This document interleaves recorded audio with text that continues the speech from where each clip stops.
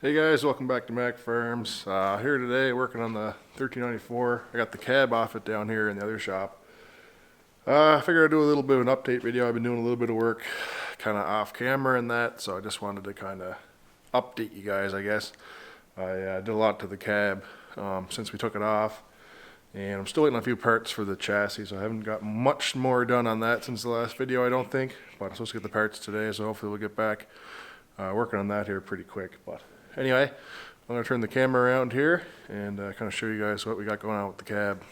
So I guess you guys can see we got the cab split apart. Well, it was split already, I guess, but we got it completely stripped down.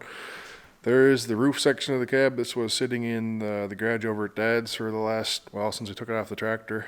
So I got that all stripped out. The roof is off it right down here. So we'll look at that right now.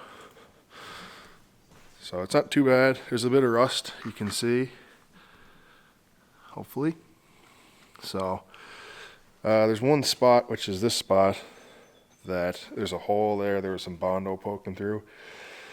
So I think we should be able to fix this up, no problem. We'll sandblast the whole thing inside and out and paint it. I'm going to fix this antenna hole down there. It was kind of bent up and ugly looking. So we're going to close that off. I'm going to drill a new antenna hole, probably in the same spot, just a little bit smaller for a newer style antenna.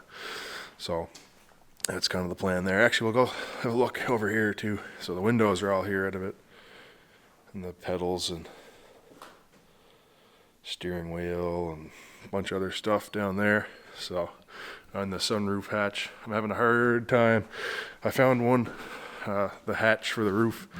I found one brand new old stock, and it's not even that much money, but I just having a hard time not buying it because I don't really need it. But anyway, so hopefully the light doesn't cause too much issue there coming in the window and the door. But this is the bottom section of the cab, so completely stripped out. There isn't a nut or bolt left on it that could be turned to remove anything. It's as stripped down as it could possibly be. I mean, I removed stuff that I was taking this stuff apart, and I was thinking, you know, normal people wouldn't do this, but yeah, there it was. So anyway, she's completely stripped down. We found some ugliness on the other side. I'll show you in a minute. But when I took the floor mat out of it the first time, I noticed on the floor it was a little odd looking, but I thought, well, maybe they just did a little bit of patchwork on it. And the only thing I was really concerned about was that it wasn't rotten. So I'll show you another thing. Right up here, when the cab was still on the tractor, I noticed this cut here, and I couldn't figure out why someone would cut that. I thought maybe they did it to remove the cab easier or something when they changed the cab out. But everything was kind of coming together. Another thing I noticed was, well, the step bolt's on right here. And I noticed it had a two-piece step on it. The step was like a two-step, but it was in two pieces. And only I should say only, but the 1494 had the two-piece step on it, where the 1394 only had a single-piece two-step on it. So I thought that was kind of weird. But I thought to myself, you know, there's no way it's got a 1494 cab put on it, because the 1494 cab has a flat floor, whereas this one here has the hump in it. You can see it's just a little 2-inch maybe, or 1.5 inch hump up in the middle, so the cab sits lower. So I thought, yeah, there's no way it's a 1494 cab. So anyway, then we get the cab off and I flip it over, and I'm greeted by this mess. So it started all coming together. There's my welds there on the front. This would be the front of the cab. You can see it was all cut and welded and patched back together. There's a cut here. So this is the flat original floor from the 1494, which is what this cab is off of. It's off of 1494. They cut the floor out of it all along this line, and then they scabbed in the original floor from the 1394 cab to get that hump in it. And I mean, it's not a big problem in itself if they had done a good job on it. But of course, the trouble is they didn't do a very good job on it. They did a horrific job on it. You know, like look at that. So yeah, I'm thinking what I'm going to have to do now is I'm going to have to probably cut the welds where the floor is welded in right here.